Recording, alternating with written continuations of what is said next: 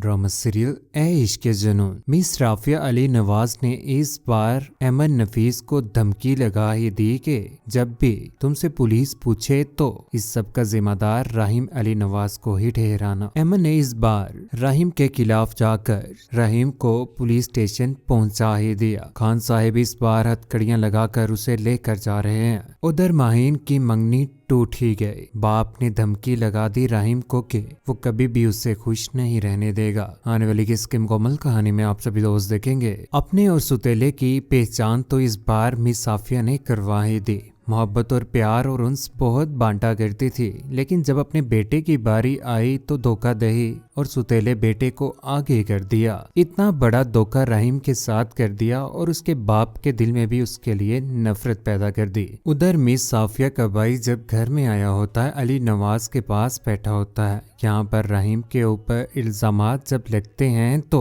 वो ये सब कुछ जानने की भरपूर कोशिश कर रहा होता है कि मिस साफिया क्या हुआ है। यहाँ पर है तो भाई है, खिलाफ तो चल रहा था इस बार शहरोज के, लेकिन वो ये नहीं जानता था कि ये सारा का सारा मामला इस बार उल्ट होने जा रहा है। उधर ऊपर से शहरोज भी आ जाता है। शहरोज जैसे ही आता है तो यहाँ पर नुटंकबाजी करना शुरू हो जाता है। कहता है कि बाबा असल में ना वो लड़की मोहब्बत करती थी, बहुत टाइम से वो भाई के पीछे पड़ी हुई थी, वो शादी करना चाहती थी उसके साथ। उसकी ये बात सुनने के बाद अली नवाज को बहुत ज्यादा गुस्सा आता है कि यहाँ पर शहरोज किस तरह की बातें कर रहा है, नॉनसेंस है। उसे अभी भी यकीन नहीं हो रहा होता क्योंकि ये सब कुछ शहरोज और उसकी माँ का धोखा ही है। जब उसे बाई की एंगेजमेंट के बारे में पता चला तो वो बाई को ब्लैकमेल करने लगी थी। यहाँ पर शहरोज का इतना मासूमाना अंदाज में झूठ बोलना है तो पूरी मुनाफिकत थी। कहने लगी कि अगर ये शादी नहीं हुई तो वो अपनी और भाई के रिलेशनशिप के बारे में सबको बता देगी। फिर रहीम और भाई की एंगेजमेंट के ऊपर वो उसे अपने पास बुलाना चाहती थी और उसे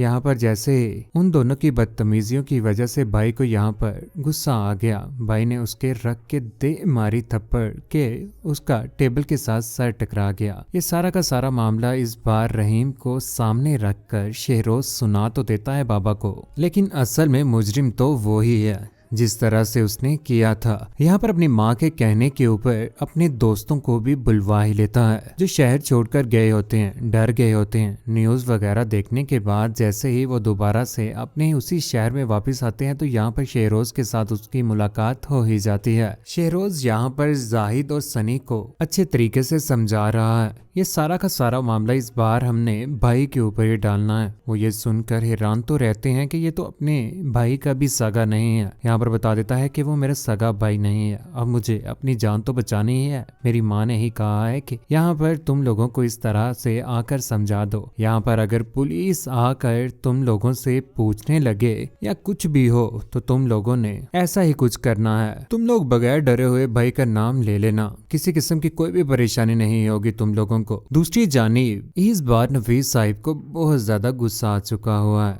जैसे ही आफिया मैडम उनके सामने आती है तो यहाँ पर नफीस साहिब आग बगोला हो जाते। कहते हैं कि देखें, जो कुछ भी आप लोगों के बेटे ने मेरी बेटी के साथ किया है मैं कभी भी पीछे हटने वाला नहीं हूँ। इस बार आप लोगों को मैं सजा दिलवा कर ही रहूंगा। यहाँ पर नफीस साहिब कहते हैं कि मैं सिर्फ और सिर्फ इतना जानता हूँ कि आपके बेटे ने मेरी बेटी को कत्ल करने की कोशिश की है। यहाँ पर बहुत ज्यादा गुस्से में होते हैं। उधर रहीम इस बार बहुत ज्यादा गुस्से में आ चुका हुआ है, परेशान भी है कि उसके ऊपर इतने बड़े बड़े इल्जामात लगना शुरू हो चुके हुए हैं। परेशान हो चुका हुआ है कि किस तरह से वो अपनी सफाइयां पेश करे। बाबा की भी इस बार उससे बात नहीं होती और ना ही वो बाबा को इस बार सफाइयां देगा। उसने तो फैसला कर लिया हुआ है कभी भी अपने बाबा के सामने नहीं आएगा और ना ही सफाइयां देगा। दूसरी जानिब डॉक्टर साहिब के साथ मुलाकात का फैसला मिस साफिया का यहाँ पर शमसी को साथ में लिए हुए पहुंच ही जाते हैं। डॉक्टर साहिब वहां पर इंतजार कर रहे होते। मिस साफिया की जैसे ही गाड़ी आती है तो गाड़ी में आकर बैठ जाते हैं। यहाँ पर आकर कहते हैं कि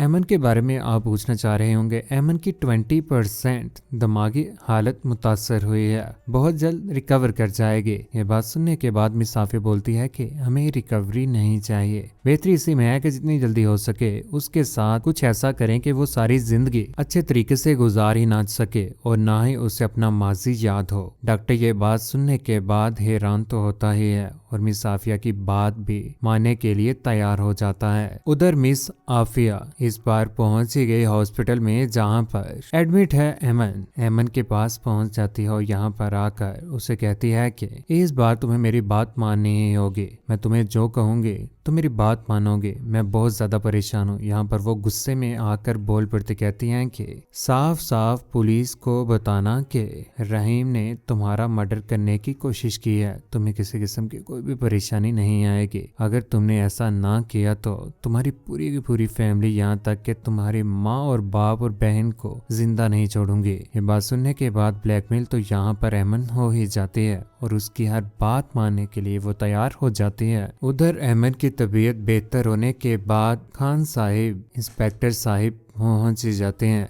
जहां पर वो जाकर एमन से पूछने की कोशिश कर रहे होते हैं कि आपके साथ किसने जोर जबरदस्ती करने की कोशिश की है, या आपको मारने की या ज्यादती करने की किसने कोशिश की हुई है। यहाँ पर एमन बिन सोचे इस बार जो मिस आफिया ने कहा होता है वो कहने पर मजबूर हो ही जाती है। कहती है कि रहीम अली नवाज ने। ये बात सुनने के बाद गुस्से में आकर पहुंच ही जाता है खान, पकड़ ही लेता है रहीम अली नवाज को और थाने में जाकर बंद कर देता है। सलाखों के पीछे बैठकर इस बार रहीम बहुत ज्यादा परेशान हो जाता है। उसे समझ नहीं आ रही होती कि इसके साथ हो क्या गया है, इतना बड़ा जुल्म कैसे कर सकती है एमन। एमन से तो उसे बिल्कुल भी इस बात की उम्मीद ना थी, लेकिन रहीम भी जानता ही है इसके पीछे कोई ना कोई चाल तो है ही, उसकी माँ की और शेरोज की भी, जिन्होंने अपनी इज्जत बचाने के लिए अपने सौतेले बेटे के साथ इस तरह से किया। बचपन से लेकर आज तक पालते तो रहे, दूसरों के बच्चों के साथ भी नेकी करती है, लेकिन अपने बच्चों के लिए आज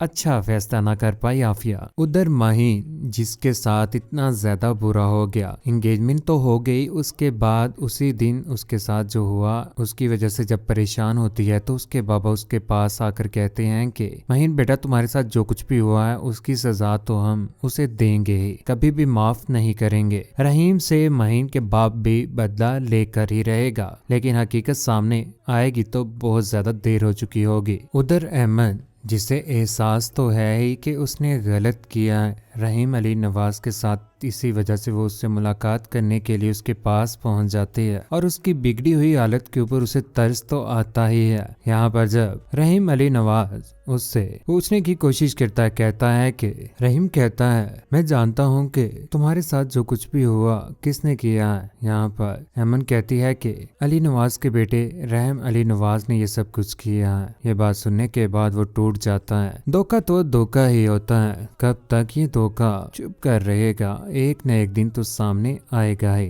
मंगनी भी यहाँ पर रहीम की टूट जाएगी और मामा बाबा से और शहरोज से भी दूर हो जाएगा, जिसके बाद वो फैसला करेगा कि जिसकी वजह से वो जलीलो रुसवा हुआ है उसी को ही अब अपनी जिंदगी में शामिल करेगा, ख्वाह उसके लिए उसे कुछ भी करना पड़ जाए। एमन को भी मोहब्बत आने वाले वक्त में रहीम के साथ हो ही जाएगी। कौन कौन चाहता है कि शरोज की हकीकत जल्द अज जल्द सामने आनी चाहिए, जिस तरह से उसने अपने बड़े भाई रहीम अली नवाज के साथ धोखा किया, और मिस आफिया जो बड़ी नेक परवीन बनी बैठी थी अपने बेटे के लिए भी अच्छा फैसला न कर पाई। मिस आफिया का भी क्या अंजाम होना चाहिए, अपनी कीमती राय के साथ नीचे कमेंट सेक्शन में जरूर कीजिएगा। चैनल को सब्सक्राइब करने के बाद बेल का बटन जरूर दबाइएगा। अपने ख्याल रखिएगा, दुआ में याद रखिएगा। अल्लाह हाफिज।